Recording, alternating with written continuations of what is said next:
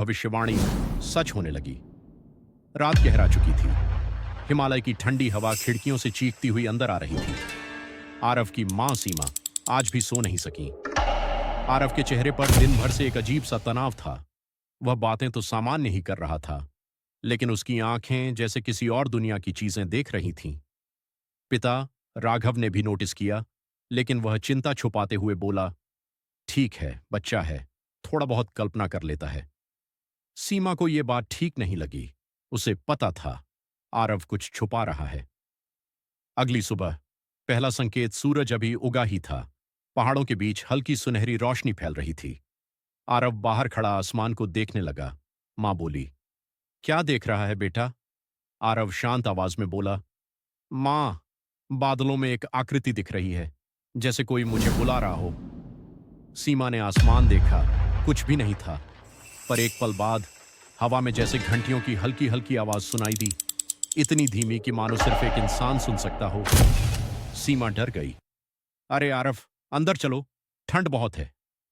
पर आरव वहीं खड़ा रहा, जैसे किसी अदृश्य शक्ति के संकेत का इंतजार कर रहा हो। दूसरा संकेत। पुरानी डायरी। उस शाम राघव बाजार से कुछ सामान लेकर लौटा। उसे दुकान वाले ने एक पुरानी धूल से भरी किताब दी। भैया, यह किताब आपके घर के नाम से यहां रखी है। किसी ने कहा था, जब दिसंबर 2025 आए तब दे देना। राघव हैरान हुआ। किताब के कवर पर लिखा था, कालसूत्र, दिव्य संकेत। घर पहुंचते ही आरव किताब की तरफ दौड़ पड़ा, जैसे वह उसी का इंतजार कर रहा हो। किताब खोली गई। पहला पन्ना मानो खून से लिखा हो। जिस घर में यह ग्रंथ पहुंचे वहां एक बालक जन्म लेता है, जिसकी आंखों में आने वाले समय का सत्य छुपा होता है। सीमा के हाथ कांप गए। राघव के चेहरे का रंग उड़ गया। लेकिन सबसे डरावनी बात लिखा था, दिसंबर 2025 का अंतिम 27 दिन धरती के भाग्य का निर्णय करेंगे। आरव धीरे से बोला, मुझे पता था यही होने वाला है। तीसरा संकेत। रात की आवाज। उस रात सबको गहरी नींद आ चुकी थी, लेकिन 2:57 पर आरव की आंख अचानक खुल गई। खिड़की के बाहर कोई खड़ा था। एक छाया, लंबी, स्थिर, लेकिन जिस्म की मानिंद नहीं, जैसे धुआं हवा में लटक गया हो। आरव डरते हुए बोला, आप कौन? छाया शांत आवाज में बोली, मैं तुम्हें लेने नहीं आया, मैं तुम्हें चेतावनी देने आया हूं। आरव कांप गया। क्या होने वाला है? छाया ने उत्तर दिया, जो तुमने महसूस किया है वह सिर्फ शुरुआत है। दिसंबर का अंतिम सप्ताह मानवता को उसकी परीक्षा दिखाएगा। आरव की सांस तेज हो गई। मेरे परिवार का क्या होगा? छाया थोड़ी देर चुप रही, फिर बोली, तुम्हारा परिवार उसी रास्ते पर चलेगा जहां भाग्य उन्हें ले जाएगा। लेकिन याद रखो, अंधेरा तभी डराता है जब प्रकाश कमजोर हो जाए। और वह छाया हवा में गायब हो गई। चौथा संकेत। आरव का बदलता स्वभाव। अब आरव के व्यवहार में अजीब बदलाव दिखने लगे। उसकी आंखें गहरी हो गईं। ध्यान में बैठते ही पूरा कमरा ठंडा हो जाता। कभी कभी वह उन बातों का जवाब देता जो परिवार के लोग सिर्फ सोच रहे होते। एक शाम उसने अपनी बहन रिया का हाथ पकड़ा और बोला, डर मत दीदी, तुम्हें कुछ नहीं होगा। मैंने माता रानी को तुम्हारी रक्षा करते हुए देखा है। रिया रोने लगी। तुम्हें कैसे पता? आरव की आंखें ऊपर उठ गईं। मैं जो देख रहा हूं वो तुम नहीं देख सकती, पर जो आने वाला है उसकी तैयारी हमें अब से करनी होगी।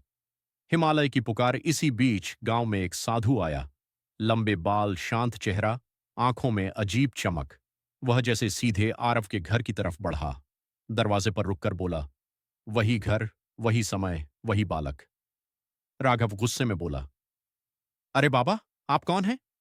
साधु मुस्कुराया, मैं वो हूं जिसे आने के लिए भेजा गया था, क्योंकि इस बच्चे का कर्तव्य अब शुरू होता है। सीमा डर गई। कौन सा कर्तव्य? साधु के चेहरे पर गंभीरता आ गई। मानवता का संतुलन बिगड़ रहा है। जो आने वाला है उससे बचने के लिए तुम्हें इस बच्चे को लेकर मां दुर्गा के प्राचीन गुफा स्थान में जाना होगा, जो हिमालय की चोटी पर है। राघव चौंका। इतनी ठंड में बच्चा वहां कैसे जाएगा? साधु बोला, अगर नहीं गए तो तुम्हें पछताने का समय भी नहीं मिलेगा। चेतावनी सच होने लगी। दिसंबर का 18वां दिन। आसमान अचानक लाल सा पड़ने लगा। हवा भारी हो गई। बिजली जैसी आवाज बिना बादल के गूंजने लगी। खबरें आने लगीं। अजीब ऊर्जा तरंगें मौसम में अनियमित परिवर्तन, उत्तर भारत में रहस्यमयी चमक। आरव की आंखें बंद हो गई। वह बोला, समय आ गया है, हमें चलना होगा। परिवार डर गया, लेकिन विश्वास डर से बड़ा था। हिमालय की यात्रा शुरू, साधु आगे आगे, परिवार पीछे पीछे, और बीच में आरव, शांत, एकदम स्थिर। रात ठंडी थी, लेकिन जैसे जैसे वे ऊपर चढ़ रहे थे, हवा में एक अजीब सी गर्माहट घुल रही थी। रिया बोली, ये जगह इतनी शांत क्यों है? साधु बोला, क्योंकि यहां मानव नहीं, दिव्य शक्तियां सांस लेती हैं। छोटी पर पहुंचते ही आरव रुक गया। उसके सामने एक विशाल काला दरवाजा था, जिस पर त्रिशूल का निशान था। अचानक दरवाजा बिना छुए खुद खुल गया। सीमा चिल्लाई, आरव, रुको! लेकिन आरव आगे बढ़ चुका था। कमरे के अंदर धरती कांपने लगी, जैसे कोई विशाल शक्ति जाग रही हो। साधु बोला, अब तय होगा कि 2025 का अंतिम महीना दुनिया को बचाएगा या बदल देगा। और तभी गुफा के अंदर से एक प्रचंड प्रकाश उठा, सीधे आरव की आंखों पर गिरा। सीमा ने चीख मार दी।